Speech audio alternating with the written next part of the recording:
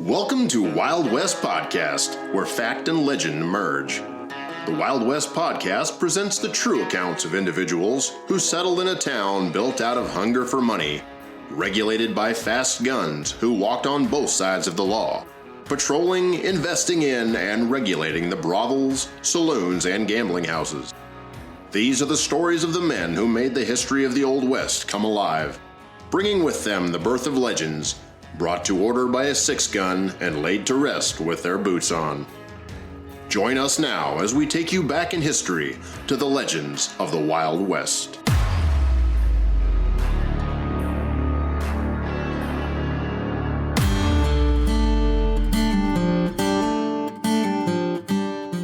The beautiful, bibulous Babylon of the frontier. Standing out on the extreme border of civilization, like an oasis in the desert, or like a lighthouse off a rocky coast, is the beautiful, bibulous Babylon of the frontier, Dodge City. So termed by Lewis, editor of the Kinsley Graphic. Dodge City, Kansas started out in 1872 as a wild outpost of buffalo hunters and soldiers. Small in numbers, but marked by many violent deaths. It only took 10 years for Dodge City to build the wild and wicked reputation it had held since the town's beginning. The city's population of 500 that first year was due almost entirely to the buffalo trade. The buffalo hunters and the soldiers from Fort Dodge came to the makeshift settlement to buy supplies, drink, and to get away from their boredom. Even though a town company had organized the small settlement in August of 1872, the city was still unincorporated. The town had no elected or appointed officials. A county government had not yet been organized, and consequently there were no courts, jails, or official law enforcement in the region.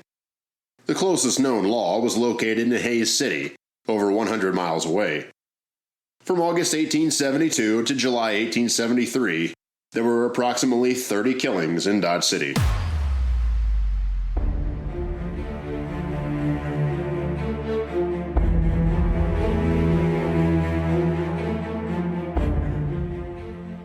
Dodge City's privately hired lawmen like Billy Brooks were not up to the job of policing the settlement, and by February of 1873, a vigilance committee had to be organized.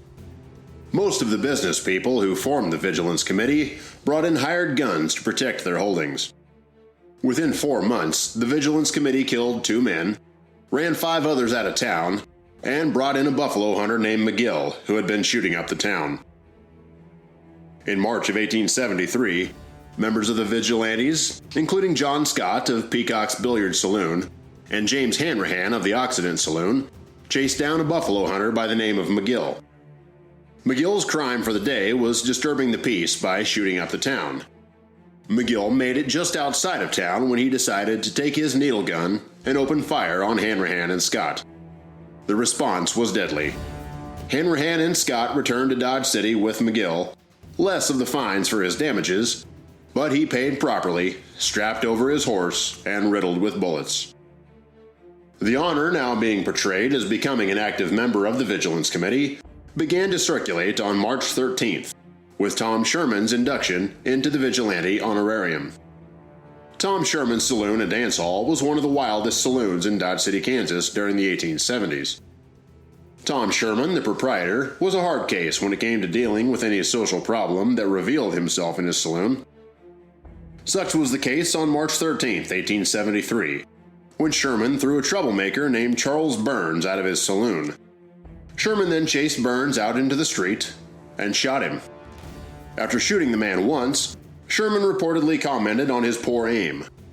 As Sherman walked up to his target as he writhed in pain, he said, "I'd better shoot him again, hadn't I, boys?" Then Sherman fired a shot into the man's head at point-blank range, killing him.